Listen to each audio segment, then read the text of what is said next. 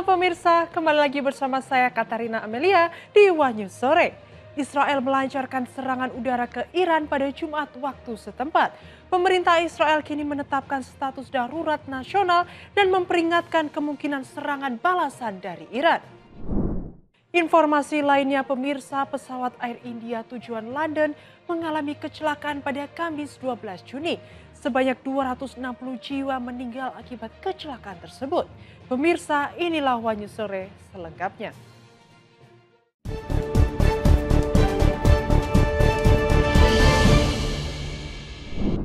Israel melancarkan serangan udara ke Iran pada Jumat waktu setempat dan menyasar sejumlah fasilitas strategis di Teheran.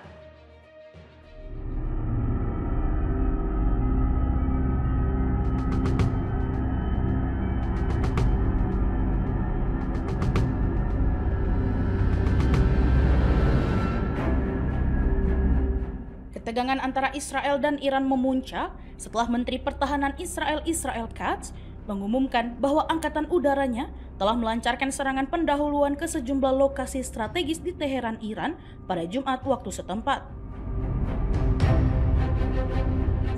Serangan tersebut memicu ledakan besar disertai respon pertahanan udara Iran yang melakukan pencegatan rudal. Sebagai langkah antisipatif, pemerintah Israel menetapkan status darurat nasional mengingat potensi serangan balasan dari Iran dalam bentuk rudal dan drone. Katz menyatakan bahwa serangan ini dilakukan sebagai bentuk perlindungan terhadap warga sipil di wilayah Israel, mengingat ancaman yang dinilai semakin nyata. Serangan ini terjadi di tengah mandeknya perundingan nuklir antara Iran dan negara-negara barat. Presiden Amerika Serikat Donald Trump menuduh Teheran memperlambat proses negosiasi, sembari menegaskan bahwa target Washington adalah penghentian total program nuklir Iran. Namun, Teheran bersikeras bahwa program nuklirnya ditujukan untuk kepentingan sipil semata.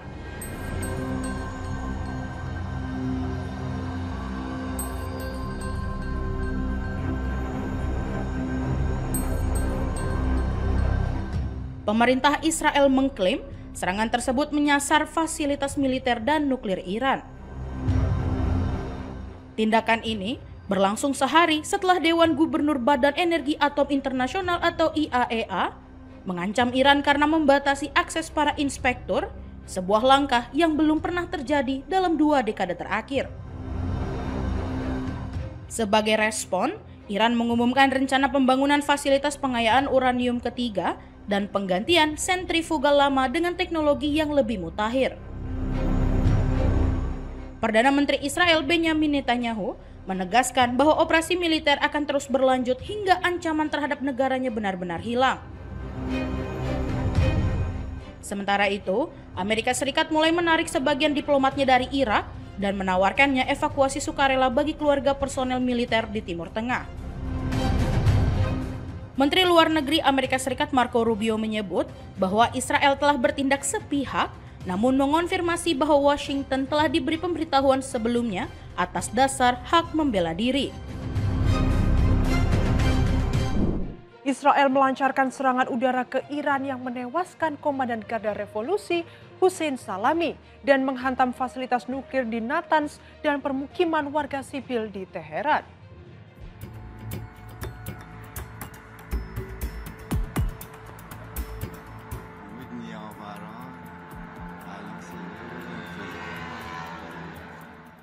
Israel melancarkan serangan udara ke Iran dengan sasaran sejumlah fasilitas nuklir dan militer. Media Iran melaporkan Kepala Korps Garda Revolusi Islam atau IRGC, Hussein Salami, tewas akibat serangan tersebut.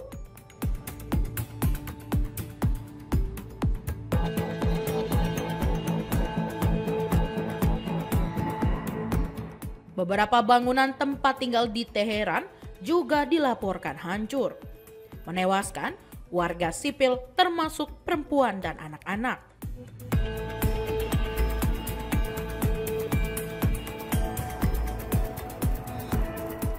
Perdana Menteri Israel Benyamin Netanyahu, menyatakan bahwa operasi ini menargetkan jantung program pengayaan nuklir Iran, termasuk fasilitas atom di Natanz dan ilmuwan nuklir Iran.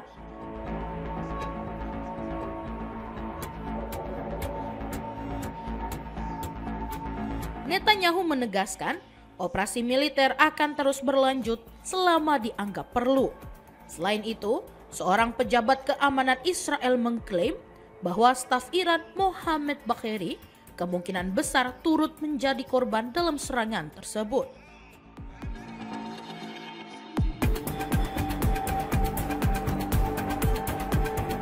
Ledakan juga dilaporkan terjadi di Natanz dan api terlihat membumbung di markas IRGC.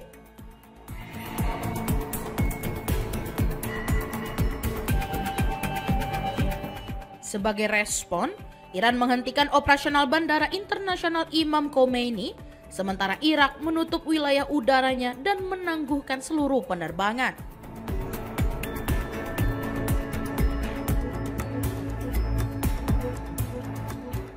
Israel turut menetapkan status darurat nasional dan menutup wilayah udaranya mengantisipasi serangan balasan.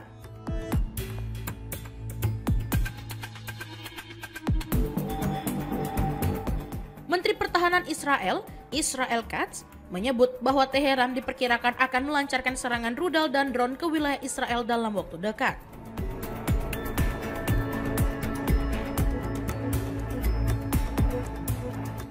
Seorang pejabat militer Israel mengatakan pasukan pertahanan dalam kondisi siaga penuh karena ancaman dapat terjadi kapan saja.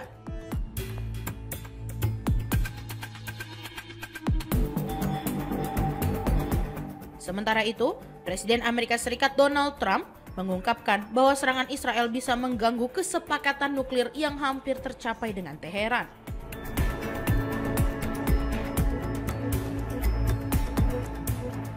Meski demikian, ia tidak mengungkapkan secara rinci isi pembicaraannya dengan Netanyahu.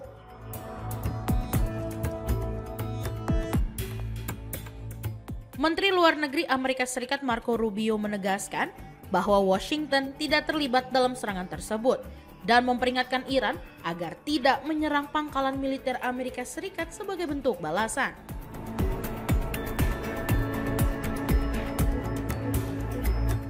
Ia menegaskan bahwa Iran tidak boleh menyasar kepentingan atau personel Amerika Serikat.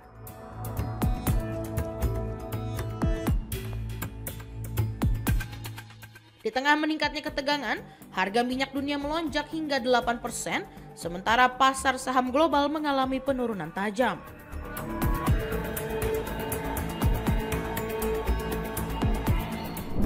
Presiden Amerika Serikat Donald Trump mengatakan bahwa serangan Israel terhadap Iran sangat mungkin terjadi.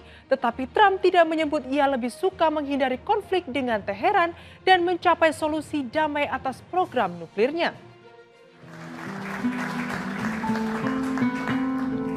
Thank you very much. I just said to Mike, this is fantastic.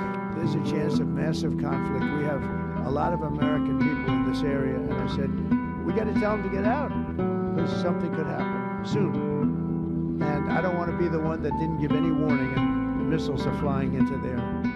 Presiden Amerika Serikat Donald Trump mengatakan pada hari Kamis 12 Juni bahwa serangan Israel terhadap Iran sangat mungkin terjadi, tetapi ia tidak menyebut ia lebih suka menghindari konflik dengan Teheran dan mencapai solusi damai atas program nuklirnya. Komentar Trump muncul setelah Dewan Gubernur Pengawas Nuklir PBB menyatakan Iran melanggar kewajiban non-proliferasinya dan Teheran mengumumkan tindakan balasan. Seorang pejabat Iran mengatakan negara sahabat telah memperingatkannya tentang potensi serangan Israel. Pejabat Amerika Serikat dan Iran akan mengadakan pembicaraan putaran ke-6 tentang program pengayaan uranium Teheran yang meningkat di Oman pada hari Minggu 15 Juni menurut pejabat Amerika Serikat dan Oman. Tetapi kekhawatiran keamanan telah meningkat sejak Trump mengatakan pada hari Rabu 11 Juni bahwa personil Amerika sedang dipindahkan keluar dari wilayah tersebut karena itu bisa menjadi tempat yang berbahaya dan bahwa Teheran tidak akan diizinkan untuk mengembangkan senjata nuklir.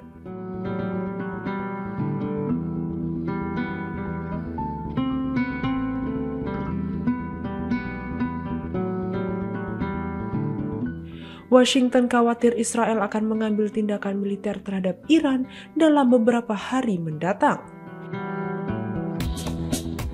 Trump baru-baru ini memperingatkan Perdana Menteri Israel Benjamin Netanyahu agar tidak melakukan serangan semacam itu, sementara diplomasi Amerika Serikat terus berlanjut dengan Teheran. Intelijen Amerika Serikat mengindikasikan bahwa Israel telah membuat persiapan untuk menyerang instalasi nuklir Iran. Namun seorang pejabat Amerika Serikat mengatakan tidak ada tanda-tanda bahwa Israel telah membuat keputusan akhir. Saya tidak ingin mengatakan akan segera terjadi, tetapi tampaknya itu adalah sesuatu yang sangat mungkin terjadi, kata Trump kepada wartawan di sebuah acara di Gedung Putih, seraya menambahkan Iran tidak boleh dibiarkan mengembangkan senjata nuklir. Trump meminta agar Iran mau bernegosiasi untuk memberikan apa yang mereka punya kepada Amerika Serikat. Presiden Prabowo Subianto memberikan tanggapan mengenai isu dan dorongan reshuffle kabinetnya. Presiden Prabowo menegaskan bahwa dirinya tidak akan mengganti jajarannya di Kabinet Merah Putih untuk saat ini.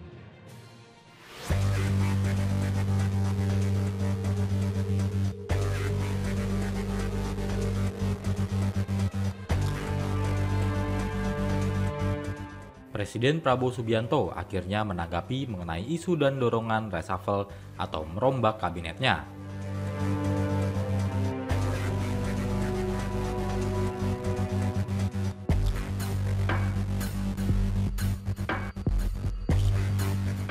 Kepala negara menegaskan bahwa dirinya tidak akan mengganti jajarannya di Kabinet Merah Putih untuk saat ini.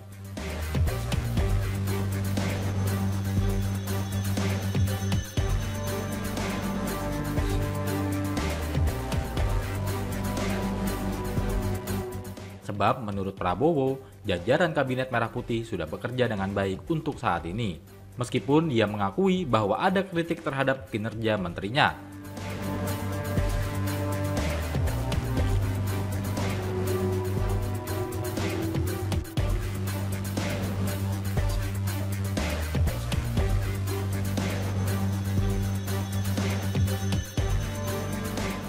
Tetapi Prabowo tetap menilai bahwa para pembantunya bekerja dengan baik. Bahkan kepala negara mengatakan bahwa kritik adalah hal itu biasa dalam negara demokrasi.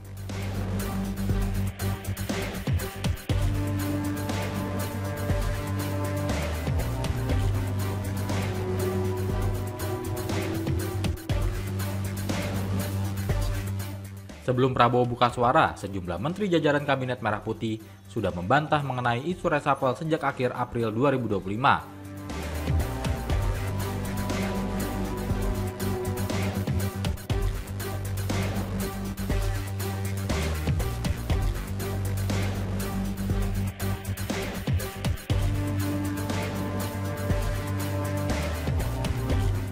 Menteri Sekretaris Negara Prasetyo Hadi dan Sekretaris Kabinet Teddy Indrawijaya sudah beberapa kali membantah soal dorongan dan isu reshuffle.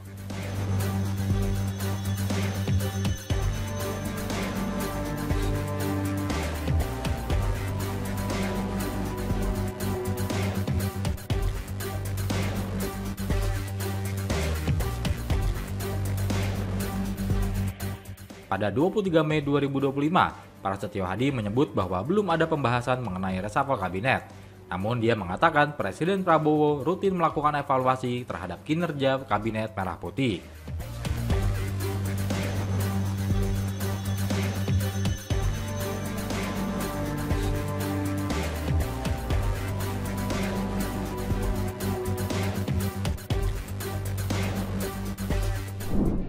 Gubernur Sumatera Utara Bobi Nasution memberikan tanggapan terkait kisruh 4 pulau Provinsi Aceh yang kini masuk menjadi bagian dari Provinsi Sumatera Utara. Ia membantah isu yang menyebut 4 pulau itu merupakan hadiah balas budi Menteri Dalam Negeri terhadap keluarga Jokowi.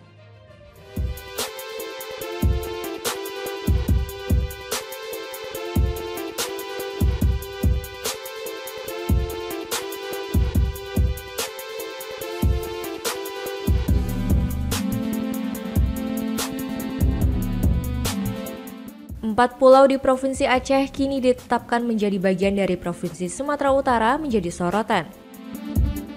Pemerintah pusat melalui Kepmendagri nomor 300.2.2/2138 tahun 2025 tentang pemberian dan pemuktahiran kode serta data wilayah administrasi pemerintahan dan pulau yang ditetapkan pada 25 April 2025 menyatakan bahwa 4 pulau milik Aceh masuk dalam wilayah Kabupaten Tapanuli Tengah Provinsi Sumatera Utara.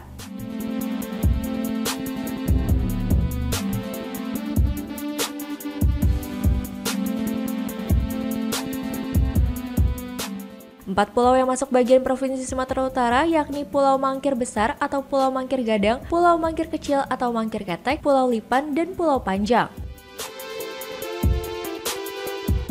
Gubernur Sumatera Utara Bobi Nasution Kamis 12 Juni memberikan tanggapan terkait kisruh 4 pulau Provinsi Aceh yang masuk ke wilayahnya.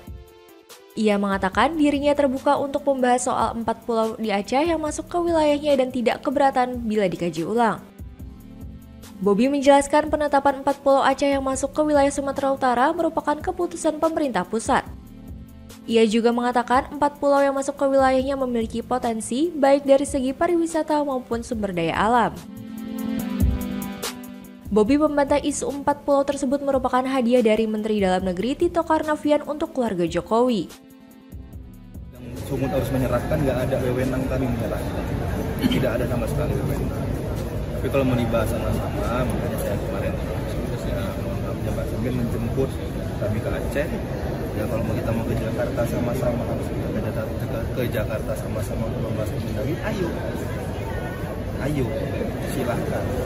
Tapi masalah keputusan itu biarlah menjadi keputusan pemerintah.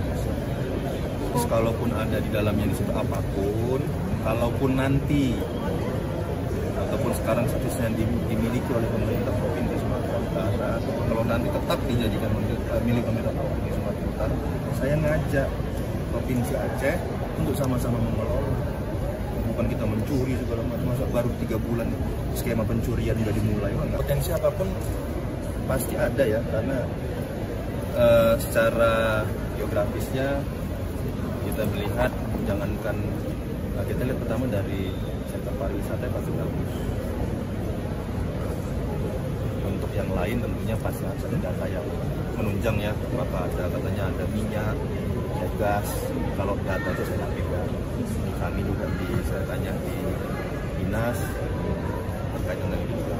Kami juga bilang kalau bilang ada potensinya, saya dengan data saya akan disampaikan. Cuma kita kalau ada potensi, ayo sama-sama. Kalau tetap dijadikan milik pemerintah provinsi, bukan saya datang ke sana mengajak ini kita kelola sama-sama, enggak. Kalau mau kita bahas, ayo kita ke Jakarta sama-sama. Milik bersama nggak kira-kira Pak? Oh, itu nggak tahu Pak.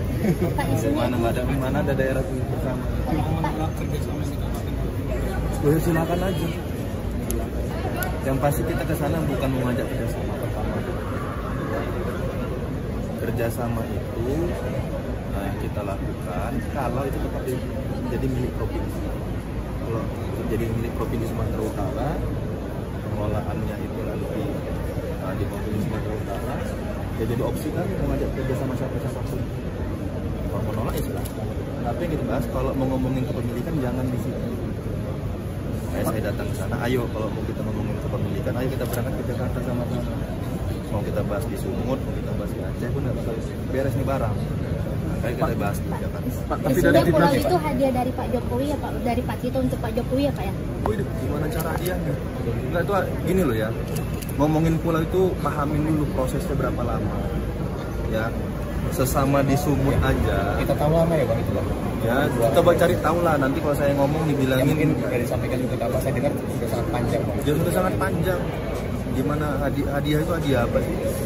Emang untuk pulau bisa dipindahin kok? Kenapa nggak kok hadiah buat Pak Jokowi? Kenapa nggak hadiahin di situ ke Solo aja?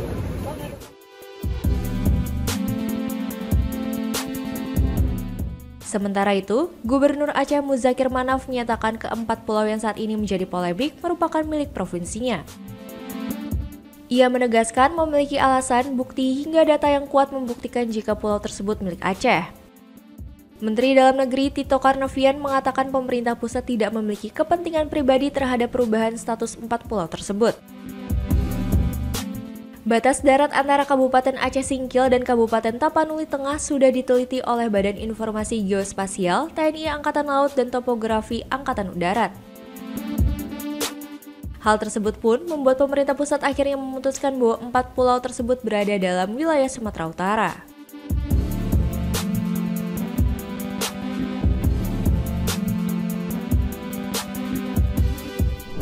Jumlah korban tewas dalam kecelakaan pesawat Air India tujuan London bertambah menjadi 260 jiwa. Angka tersebut menunjukkan bahwa 19 korban jiwa berasal dari luar penumpang dan awak pesawat.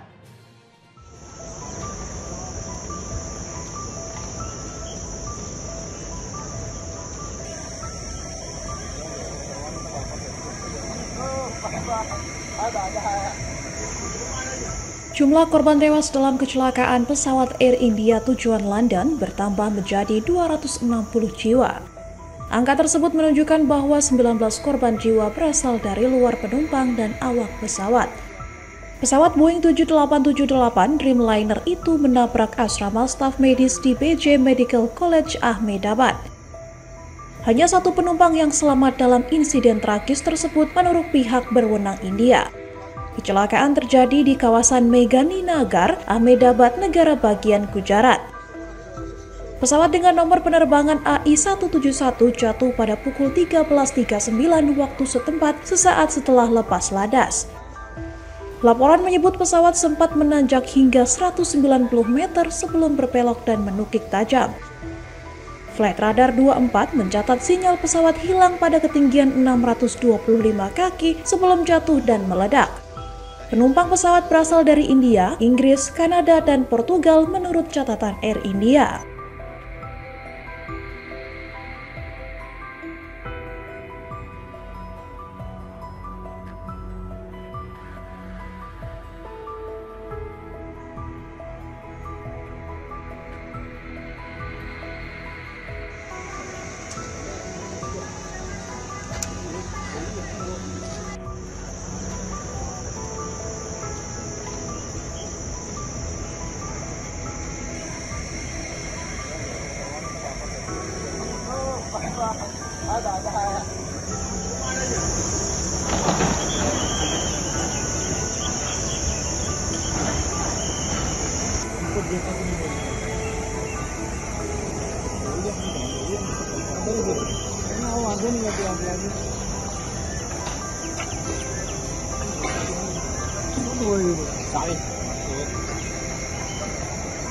कारण 20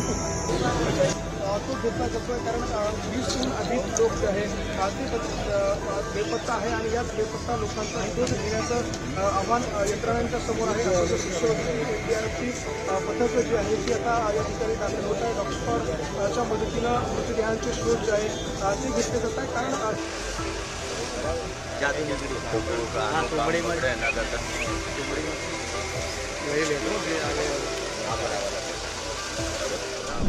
Rames Viswas Kumar menjadi satu-satunya penumpang yang selamat dalam kecelakaan pesawat Air India di Ahmedabad. Pria berusia 40 tahun itu adalah warga negara Inggris yang berpergian bersama saudaranya usai mengunjungi keluarga di India.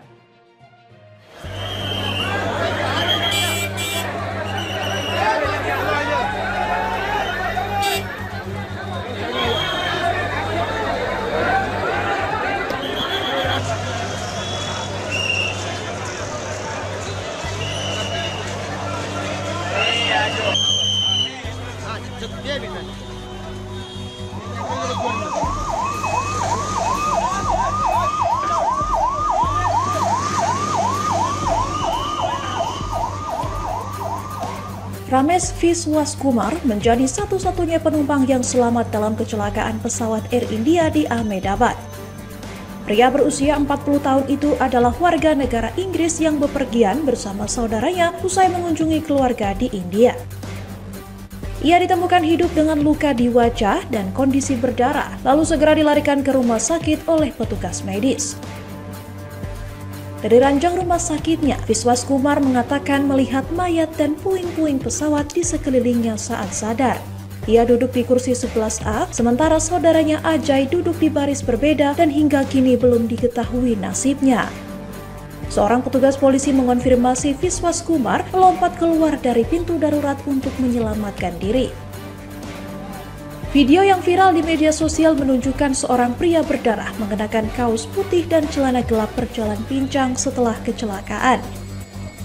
Kecelakaan terjadi hanya beberapa saat setelah pesawat lepas landas dari Bandara Ahmedabad dengan 242 orang di dalamnya.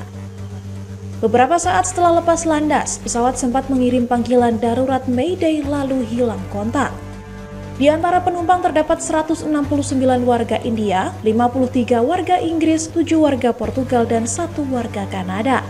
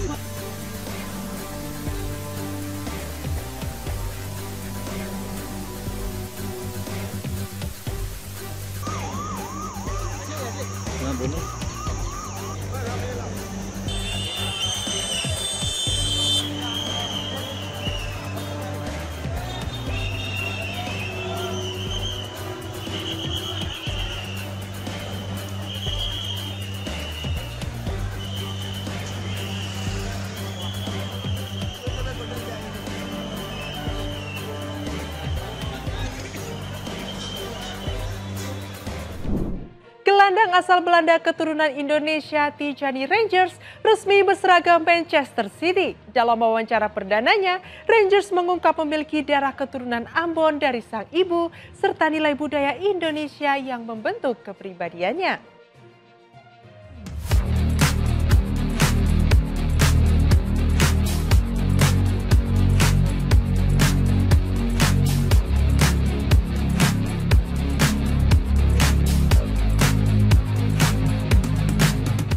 Tijani Rangers resmi diperkenalkan sebagai pemain baru Manchester City pada Rabu 11 Juni 2025 setelah ditebus dari AC Milan dengan nilai transfer 75 juta euro atau sekitar 1,3 triliun rupiah termasuk bonus.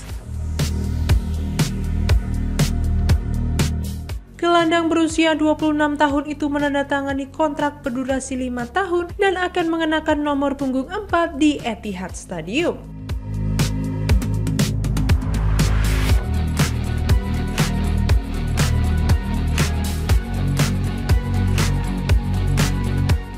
Dalam wawancara perdananya, Rangers tak hanya membahas kiprahnya di lapangan, tetapi juga sisi personal yang jarang diketahui publik. Dirinya mengungkapkan pengaruh kuat budaya Indonesia dalam kehidupannya. Meski lahir di Belanda, Rangers memiliki darah Indonesia dari sang ibu, Angelina Lekatompesi, yang berasal dari Ambon, Maluku. Mantan pemain AC Milan itu menuturkan bahwa nilai-nilai budaya Indonesia, terutama sikap rendah hati, telah menjadi bagian penting dalam prinsip hidup yang ditanamkan keluarganya sejak kecil. Rangers mengaku nilai-nilai tersebut selalu ia bawa dalam perjalanan karirnya di dunia sepak bola.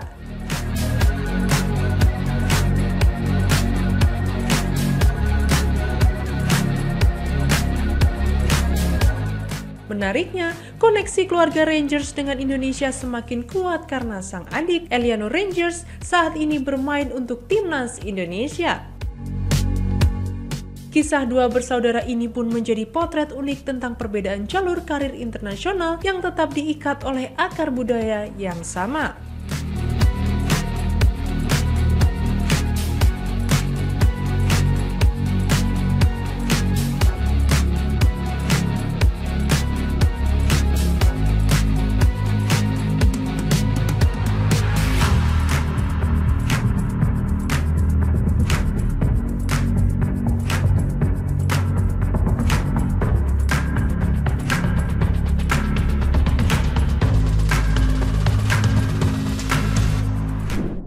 Demikian informasi yang dapat kami sampaikan pemirsa. Terima kasih telah bergabung bersama kami. Saya Katarina Amelia dan seluruh tim yang bertugas mengucapkan sampai jumpa di One News sore berikutnya. Setiap hari pukul 19 hanya di kanal YouTube TV One News.com.